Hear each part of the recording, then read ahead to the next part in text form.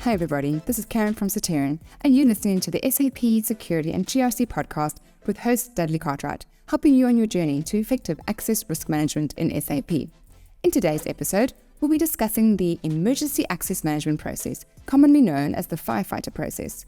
We will look at answering the following questions. What is the emergency access management process? How do organizations go about setting up their FireFighter process, and which is the best methodology to use? We'll be joined by industry expert Emile Steyn from Soterion. Thank you for joining us. Welcome everyone to today's podcast. So I'm joined today by Emile Steyn from Soterion. My name is Dudley Cartwright, also from Soterion. Thanks for joining us. Okay, so to begin, just to explain, what is the emergency access management process? So the idea behind an effective emergency access management process is to take away very sensitive access away from the user's day-to-day sort of ability to perform and put that into a separate process, separate role, separate user, that when users need to perform these very sensitive activities or actions, they do that in a much more controlled manner, that where there's sort of very detailed audit logging of exactly what the person did, and that also that the business review those activities after the person has completed their sort of emergency access management activities. So, Emile, we're seeing, it's a very sort of strong recommendation from many of the audit firms that they encourage their clients to implement an effective emergency access management process. For vendors like ourselves, it is one of the more common sort of modules that are purchased, where companies want a solution to help them automate the process of managing or running the emergency access management process.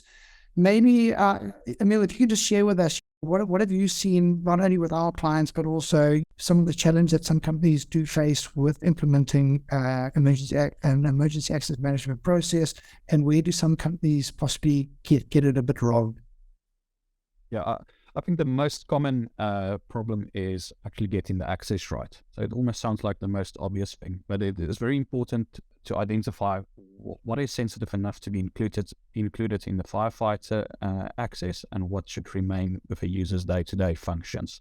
So it's striking that fine balance to ensure that, first of all, the user does not have too much access in his day-to-day functions, and the appropriate functions are separated, and then also that not to have or strip out too much access from the user's day-to-day activities, that the user now needs to use his FireFighter activities or FireFighter access for everything they need to do in the system, because that creates a whole big burden on the company to now review those additional logs. So that's almost a common challenge from an access perspective, is to just make sure that is correct. There is also then the challenge of the subsequent review, but I think let's maybe touch on that later as a separate portion. So you mentioned there, the challenge there with some companies either assign too little functions as being sensitive that need to be performed, through the FireFighter methodology or process. And some companies also go and just say, well, listen, let our support users perform everything through the FireFighter. So we've seen that quite a bit, the second scenario there, where the company will strip down the support users' day-to-day access to just have only display ability, and then any update function that the support users do need to perform, they need to do that via the FireFighter process, which does work in many occasions. But if it's a day-to-day activity that support user is performing on behalf of the business on a daily basis or on a regular basis, that's where we try and encourage our clients to say, listen, maybe take that out of the FireFighter process, and that's the day-to-day activity that needs to be used. Otherwise, as you mentioned there, if there's too many items that are deemed to be sensitive and will be performed through the emergency access management process, it does mean that whoever's doing the review is going to have a huge amount of information that they need to go through as part of that review. And Emile, you've always been very vocal saying, listen, the effective control on the emergency access management process is about the business review of what was done during that FireFighter period. And if there's just too much data to review, it's, obviously it's difficult for the reviewer to make head or tails of what are they reviewing. And they end up just maybe just approving it or just to tick an audit box with not much effort put into the actual review to make sure that that person didn't do anything that they shouldn't have done during that wide access. And Emile, let's chat a little bit about, the different methodologies that can be used for the firefighter process. I know you've got a user methodology, you've got a role methodology. You can also pre-approve users, or there can be the approval on request. Maybe if you just want to just share with us, a little bit about each of those, and if there are pros and cons to each. Yeah, thanks. So for the user methodology, that would mean that I've got my dedicated ID that I would use for my day-to-day activities in SAP, and then I would also have a firefighter ID to use for all firefighter-related activities.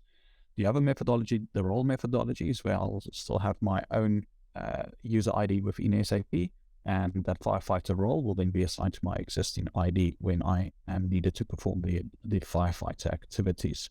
So if we quickly think about pros and cons of each. So there's not a right or a wrong way, but for the user methodology, what would typically happen is the user would get access to that firefighter user, and they would perform the specific firefighter activities during that period, and would then move back to their own user ID.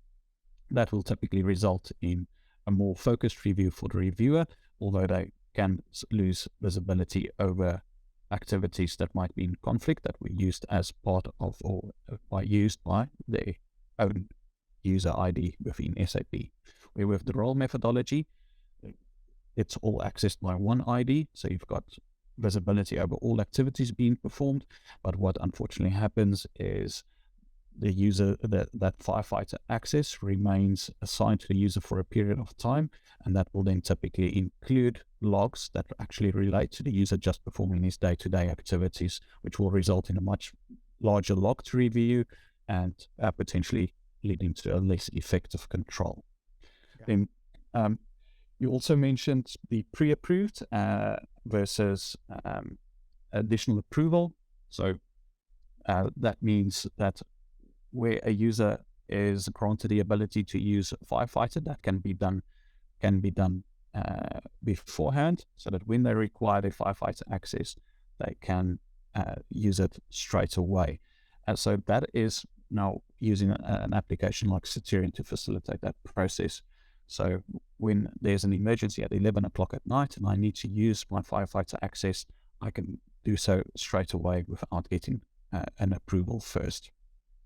Where now the additional approval, that's very similar to what companies would do with the manual, with a manual firefighter process, is they will request their firefighter access, wait for approval, and only at that stage can they actually, or the authorization administrator, action that activity and grant the firefighter access to the person. And it could unfortunately be a big time period that elapses in between. So possibly, a challenge there for some of the basis administrators if they needed to log in at 3 o'clock in the morning to do something. If they have to now wait until the security administrator gets in the morning, that could be quite a delay to resolving that particular issue or incident. Emile, you mentioned there we were talking about some of the pros and cons of the user methodology and the role methodology. Quite a few companies have asked if there's any SAP licensing implications if you do go for the user methodology, because you are creating additional users in the system. So we have not seen any of our customers experience any licensing implications for choosing that methodology. Maybe you can just elaborate on that in a second. And then I guess also maybe one sort of negative of the user methodology is that if you're going to create a firefighter user for, say, your finance users, and there's 8 support finance users that all need to check out that one ID. Obviously, only one person can be making use of it at a time. So there could be some limitation there where if the second firefighter finance support user wants to make use of it, he needs to wait for that ID to become available again. Where on the role methodology, obviously you don't have such a limitation because it's just a wide access finance firefighter role gets assigned to your own ID. So maybe that's just something to think about. But as you mentioned, no right or wrong way to handle that. Anything else that you can think of there? Yeah, so just talking about the license implication. So usually I would still have my own user ID and then also access to the firefighter ID. So I'm already paying a license for my existing SAP user ID. So also considering that user ID would be locked and expired, the firefighter ID would be locked and expired and only become available when needed. So that means you can have as many firefighter IDs basically as you need. So okay, no, good point there. Yeah. So you just touched also then on the manual approach to handling the emergency access management process. So it is quite common for companies to try and implement an emergency access management process using a more manual approach, but they're still going to create firefighter users or firefighter roles, but then just the security administrator would have to manually go and do those assignments themselves. There isn't a solution that will automate that process, streamline that process. So I guess maybe just to touch on some of the negatives of the manual approach is, one, you are very reliant on the security administrator being available to unlock or assign a role, and also for the activity logs that are performed by a user during that wide access checkout period. For that, the security administrator then will need to go and ensure that the activity logs correlates to when the person actually did check out the firefighter. So there's quite a bit of manual activity that does need to be done there in order for the manual approach to work. Quite a bit of additional efforts that goes into the manual approach, where if you do implement a dedicated solution that manages that, it's all automated, the logs are automatically generated, the workflows are automatically sent to the users, etc. And also the checkout of the firefighter user or the assignment of the role is automatically done by the solution. You're not waiting for the security administrator to wake up. So there are significant benefits of a dedicated solution to handle that process over the manual approach. Okay, so then I think, we also have seen some of our companies struggle or make the mistake, we believe, of taking too long between the period of when the firefighter checkout took place to when the actual review of the activity logs were done. If there's a lengthy period between those two activities, we just feel it's quite difficult for the reviewer to remember the reason why that particular user requested that additional access. What was the business reason for that when he's actually reviewing the log file? So we often recommend to our companies, clients, that the review of the activity log should be done as close as possible to when that checkout the firefighter activity took place, just that it's fresh in the reviewer's mind as to what the business reason was for that. Any comment on that? Yeah, just that you should keep in mind that during that period where the wide access was assigned, there's a bigger risk exposure. So then now to perform the subsequent review, that is your control. And the longer you take with performing your review, it means that there's potential fraud or mistakes that go undetected for that period. So the longer you wait, the longer those issues go undetected. So the sooner, the better. Yeah. And then I suppose another challenge that we're seeing there is that the reviewers are reviewing these activity logs, and many times that these activity logs are quite technical, almost very similar to like a trace file. Quite difficult for the business users to actually make head or tails as to what actually took place during this. So I think that's another challenge that we are seeing, is that if you can find a solution that converts that more technical language into a more business-friendly language, make it easier for the business user who's performing the review of what was done during that sort of checkout period, make that as easy as possible.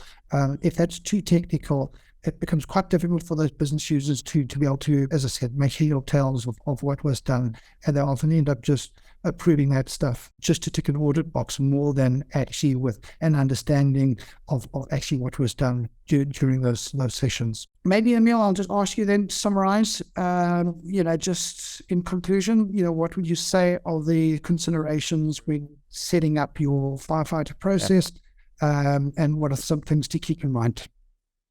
Yes, thanks, Dudley. So, first of all, I think make sure you are comfortable with the access you're going to assign. What is day-to-day access? What is firefighter access? Ensuring that balance is struck, and that to prevent unnecessary use of the firefighter ID without, and also making sure that there's not users that has firefighter access checked out too much.